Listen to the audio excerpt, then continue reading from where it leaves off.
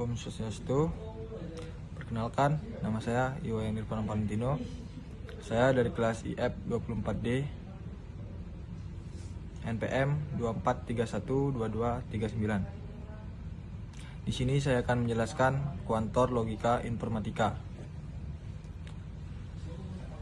Apa itu kuantor dalam logika informatika? Dalam logika informatika, kuantor adalah simbol atau operator yang digunakan untuk menyatakan jumlah atau cakupan dari elemen dalam suatu domain yang memenuhi suatu pernyataan atau proposisi. Kuantor digunakan untuk membangun pernyataan logika yang melibatkan semua elemen atau sebagian elemen dari suatu himpunan. Apa saja jenis-jenis kuantor? Kuantor dalam logika dibagi menjadi beberapa jenis berdasarkan cara penggunaannya. Dalam menyatakan proposisi, berikut adalah jenis-jenis kuantor utama. Yang pertama, kuantor universal. Simbol, makna untuk semua atau setiap. Fungsi, menyatakan bahwa suatu proposisi berlaku untuk semua elemen dalam domain. Contoh, P(x), artinya untuk semua x, P(x) benar. Misalnya, semua bilangan genap dapat dibagi 2. Ditulis sebagai genap kali Rho x mod 2 sama dengan 0. Untuk yang kedua, kuantor eksistensial.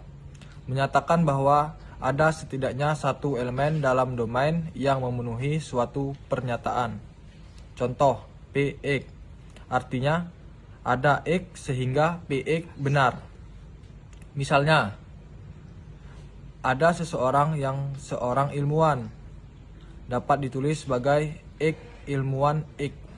Perbedaan utama, kuantor universal menekankan keberlakuan umum, kuantor eksistensial menekankan keberadaan.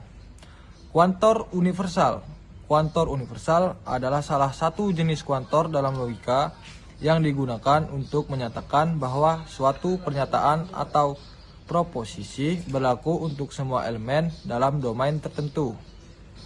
Kuantor eksistensial adalah jenis kuantor dalam logika yang digunakan untuk menyatakan bahwa ada setidaknya satu elemen dalam domain tertentu yang memenuhi suatu pernyataan atau proposisi. Selanjutnya, menggabungkan kuantor universal dan kuantor eksistensial sering digunakan dalam logika untuk menyatakan hubungan yang lebih kompleks atau elemen dalam suatu domain. Gabungan ini memungkinkan kita untuk menyatakan bahwa suatu sifat berlaku untuk semua elemen dalam domain, tetapi melibatkan elemen lain yang memenuhi kondisi tertentu. Contoh pertama, kuantor universal diikuti oleh kuantor eksistensial. Pernyataan setiap orang memiliki setidaknya satu teman. Dalam logika, X, Y, teman X, Y. Artinya, untuk setiap X orang ada yang Y orang lain, sehingga Y adalah teman dari X.